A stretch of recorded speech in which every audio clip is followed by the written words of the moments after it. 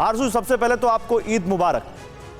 Thank you so much, thank you. Arzoo, क्योंकि हम बात श्रीलंका की कर रहे हैं, लेकिन हम यह भी जानते हैं कि पाकिस्तान के हालात उससे जुदा नहीं है। हम अभी पाकिस्तान पर भी आएंगे और उस पर भी बात करेंगे, लेकिन बतौर एक पड़ोसी आप श्रीलंका के इन हालात को कैसे असेस करती हैं? मुझे तो यही लगता है कि इन्होंने जब सिचुएशन खराब होनी शुरू हुई थी उस वक्त शायद सीरियसली नहीं लिया और यही लगा कि ठीक हो जाएगा, इस वजह से इस हाल को पहुंचे हैं। लेकिन अगर आप पाकिस्तान को इसके साथ कंपेयर करेंगे तो मुझे नहीं लगता गौरव कि ऐसी कोई बात है, क्योंकि पाकिस्तान की इकोनॉमी को और हर चीज को डायरेक्टली आईएमएफ देख रहा है, क्योंकि आईएमएफ ने हमारा एक लोन और जो है वो हमें मिलने वाला है उनसे, और जाहिर है जब वो लोन देंगे तो वो वापसी की भी उम्मीद लगाएंगे और तरीका देखेंगे। तो इसलिए मुझे नहीं लगता कि आप श्रीलंका के साथ बात करेंगे आगे, लेकिन अभी श्रीलंका पर रहते हैं। मैं अचल सर को लाना चाहूंगा इस डिबेट में। अचल सर, क्योंकि आप श्रीलंका में काम कर चुके हैं, सर्व कर चुके हैं, इस वक्त श्रीलंका में जैसा कि हमारे संवाददाता बता रहे हैं, ना तो कोई सरकार है और ना ही कोई वहां पर चेहरा है इन प्रदर्शनकारियों का। ऐसे में ये देश किधर जाता हुआ दिख रहा है? और आपको क्या लगता है, अगर राजपक्षे ने गोटाबाया चले जाते हैं, उनके परिवार पर इतने तमाम आरोप लग रहे हैं, वो सब क्योंकि बाकी सब तो इस्तीफा दे ही चुके हैं, तो यहाँ कैसे कोई सोल्यूशन निकलेगा? श्रीलंका की इस मौजूदा हालत को आप कैसे असेस करते हैं? देखिए गौरव, इस समय श्रीलंका एक बहुत ही अप्रत्याशित, अनप्रेसिडेंट पॉलिटिकल और इकोनॉमिक क्राइसिस से गुजर रहा है। ये शुरुआत इसकी इकोनॉमिक क्राइसिस में से हुई।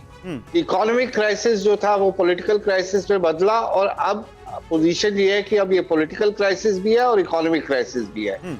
अगर हम इसकी जड़ में जाएं तो पॉलिटिकल क्राइसिस के पीछे काफी हद तक जो राजापक्से ब्रदर्स की जो सरकार रही है उसकी गलत नीतियां जो हैं इसकी जिम्मेदार हैं।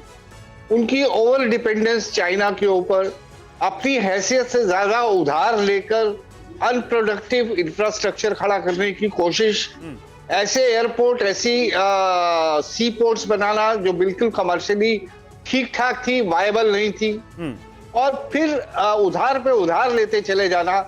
उसके बाद कुछ अपनी एग्रीकल्चरल फील्ड में कुछ ऐसी पॉलिसीज लेके आना, जैसे कि फर्टिलाइजर्स का इंपोर्ट बंद कर दिया, ये कह के कि अब सिर्फ ऑर्गेनिक खेती करेंगे क्योंकि हमारे पास फंड्स नहीं है, ये सारी बातें हम डिस्कस कर रहे हैं। लेकिन अचल सर, क्या ये 3 महीने में ही हुआ होगा? 3 महीने में नहीं, बिल्कुल नहीं। ये बहुत कई सालों से चले आ रहा है। देखिए, राजापक्से का प्लस पॉइंट क्या था कि उन्होंने एलटीटीई को न्यूट्रलाइज किया था, जिसकी वजह से वो बहुत पॉपुलर हुए थे। लेकिन पहले टेन्योर में जब उन्होंने बहुत सारा नेपोटिज्म और ये भ्रष्टाचार दिखाया तो उन्हें बाहर कर दिया गया। लेकिन उसके बाद जब फिर वो दोबारा आए तो उस 10 साल में, पिछले 8-9 साल में उन्होंने अपनी किसी भी पॉलिसीज को ढंग से नहीं देखा, इकोनॉमिक मिसमैनेजमेंट करी, और ऊपर से कहते हैं ना कि खुदा की भी मार पड़ गई क्योंकि कोविड आ गया।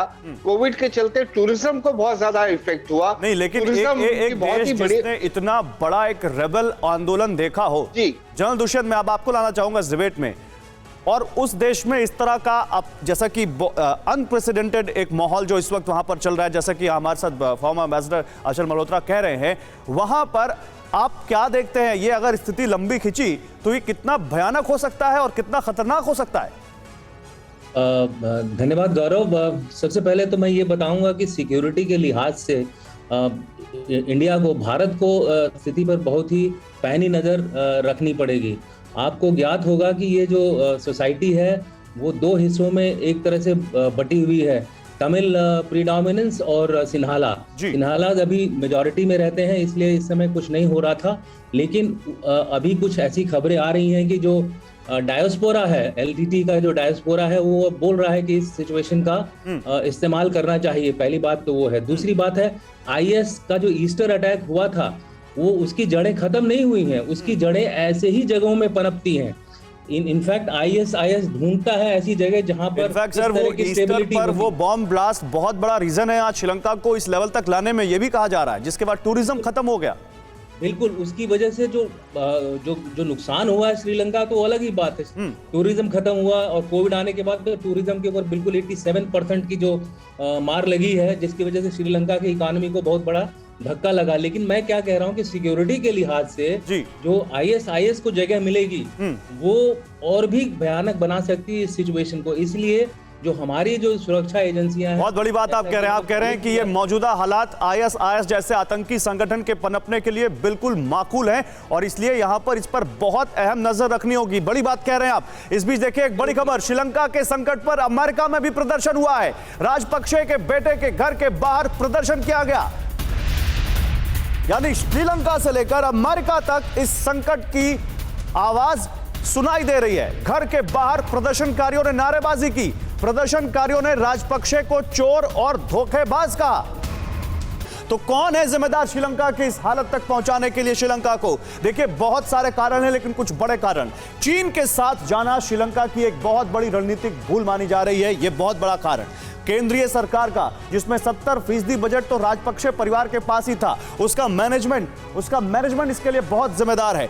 पर्यटन उद्योग का धराशायी होना, श्रीलंका की इकोनॉमी में टूरिज्म का बहुत बड़ा योगदान है। जिस ईस्टर पर हुए बम ब्लास्ट का भी जिक्र हो रहा था वो, और उसके बाद 2019 में आए कोविड ने श्रीलंका में टूरिज्म की कमर तोड़ दी, जिसके बाद वहां की इकोनॉमी पर बहुत नुकसान हुआ। उसके बाद जो गोटाबाया राजपक्षे की सरकार आई, इसने लोकप्रिय फैसले लेने शुरू किए। इसने टैक्स रेट बिल्कुल कम कर दिया वहां पर, जिससे लो टैक्स रेट और किसानों को जो रियायत दी गई, उस वजह से वहां श्रीलंका की सरकार की आमदनी पर बहुत बुरा असर पड़ा।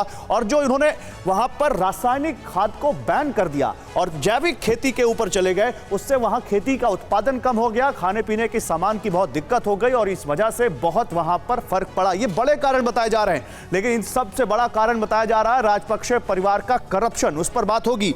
चीन से $5 अरब से अधिक कर्ज ले लिया इस सरकार ने, और उसके बाद गोटाबाया राजपक्षे की सरकार के पास और कोई चारा नहीं था चीन के पास अपना हम्बनटोटा जैसा पोर्ट तक गिरवी रखने के लिए। कर्ज के चलते 2018 में एक राजनीतिक संकट आता है चीन में। उसके बाद क्या होता है? उसके बाद कर्ज के चलते अर्थव्यवस्था चौपट होती चली गई श्रीलंका की। 2019 में कोलंबो ब्लास्ट हो जाते हैं, पर्यटन उद्योग चौपट हो जाता है, सकल घरेलू आय का 10% हिस्सा सिर्फ टूरिज्म से आता था, वो सब खत्म हो जाता है। राजपक्षे ने चुनावी वादा निभाने की कोशिश की, बहुत लोकप्रिय वादे किए थे उन्होंने। टैक्स और किसानों को रियायत देनी शुरू की उन्होंने टैक्स में, उसका बहुत बुरा असर हुआ। ये सब हुआ, जिसके बाद फिर श्रीलंका में हालात ऐसे पैदा हो गए। मैं राजीव नयन जी के पास जाना चाहूंगा। राजीव नयन सर, आपको क्या लगता है ये सारे कारण के साथ साथ इसका सबसे बड़ा कारण एक ऐसे फैमिली का करप्शन, जिसने पूरे श्रीलंका पर न केवल अपना शिकंजा कस लिया, बल्कि उसने अपने बैंक के अकाउंटों में जो सारा पैसा यहां से निकाल के डालना शुरू किया, करप्ट फैसले लेने शुरू किए, उनकी वजह से आज ये हालात हैं? जी निश्चित ही। देखिए भ्रष्टाचार तो वहां था ही, साथ में आपने जो सारी बातें बताई मैं सारों से 100% सहमत हूँ। लेकिन अब जो सबसे बड़ी अभी चुनौती है, ये तो घटना घट गई और आज के दिन में एक बड़े ही संकट के समय में हमारा एक पड़ोसी राष्ट्र जूझ रहा है और संकट से गुजर रहा है, जो कहते हैं हमें।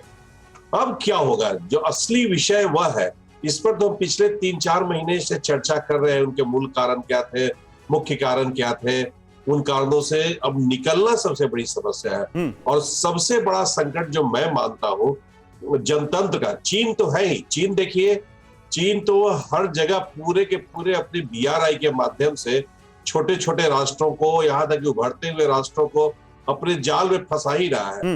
लेकिन अब ये संकट हमारे लिए एक बहुत बड़ी चुनौती का विषय है कि अगर देखिए लॉ एंड ऑर्डर सिचुएशन जिस तरह की स्थिति वहां पर बनी हुई है, वह कितनी ज्यादा हमारे लिए घाते की होगी, हमारे लिए घातक होगी, हमें उस पर सोचना होगा और हमें पूरे विश्व को इसके ऊपर आगाह करना होगा। अभी किसी ने ISIS का जिक्र किया। ISIS इकलौता ही संगठन नहीं होगा जो जिसका इस स्थिति का लाभ उठाएगा। बहुत सारे क्रिमिनल नेटवर्क से लेके सारे लोग इसमें आ जाएंगे और आतंकवादी संगठन तो जितना हो सकता है फायदा उठाएंगे। तो ये एक बड़ा ही चिंता का विषय हमारे लिए होना चाहिए। और एक जैसा कि मैंने कहा जनतंत्र, मैं इस पर बात करूंगा आपसे आगे भी बात करूंगा इस पर, लेकिन आरजू आजमी आपके पास आऊं उससे पहले मैं पाकिस्तान की एक खबर दिखाऊंगा और फिर आपके पास आऊंगा कि पाकिस्तान के सियासतदान खुद पाकिस्तान की इकोनॉमी को लेकर क्या कह रहे हैं। जल्दी से एक यहां पर पक्ष में लेना चाहता हूं विजय सरदाना जी का।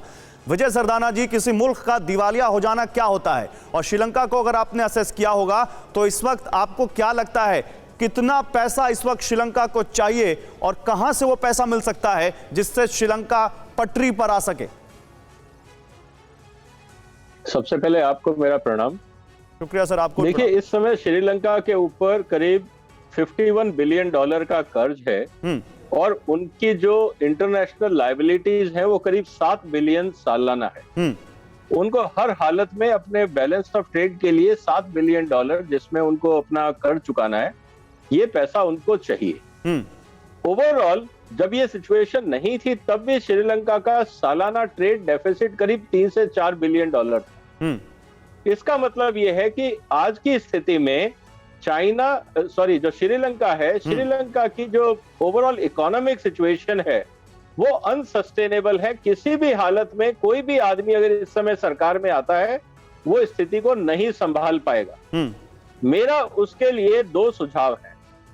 सबसे पहले जो ज्यादातर लोन है इंटरनेशनल संस्थाओं का है, इसमें वर्ल्ड बैंक है, एशियन डेवलपमेंट बैंक है, जापानीज गवर्नमेंट है, इंडियन गवर्नमेंट है और चाइनीज गवर्नमेंट, इनको मिलके कम से कम 3 से 5 साल का एक मॉरिटोरियम डिक्लेयर करना चाहिए कि जो इस समय लायबिलिटीज हैं उनको 3 साल के लिए पोस्टपोन करते हैं। और उसके बाद वर्ल्ड बैंक के तहत या एशियन डेवलपमेंट के अंडर एक कमेटी बना के एक administrative system, economic administrative system वहां की पार्लियामेंट को साथ जोड़ के बनाना चाहिए और थोड़ा बहुत करीब 5 से 7 बिलियन डॉलर कैपिटल इन्फ्यूजन करना चाहिए ताकि वहां इकोनॉमी रिवाइव हो। और सबसे पहला कदम, क्योंकि Sri Lankan economy mainly agro based economy है, उसको रिवाइव करें और साथ में ये इंश्योर करें कि लॉ एंड ऑर्डर सिचुएशन ना बिगड़े, तभी टूरिज्म आएगा, नहीं तो टूरिज्म नहीं आएगा। ठीक है।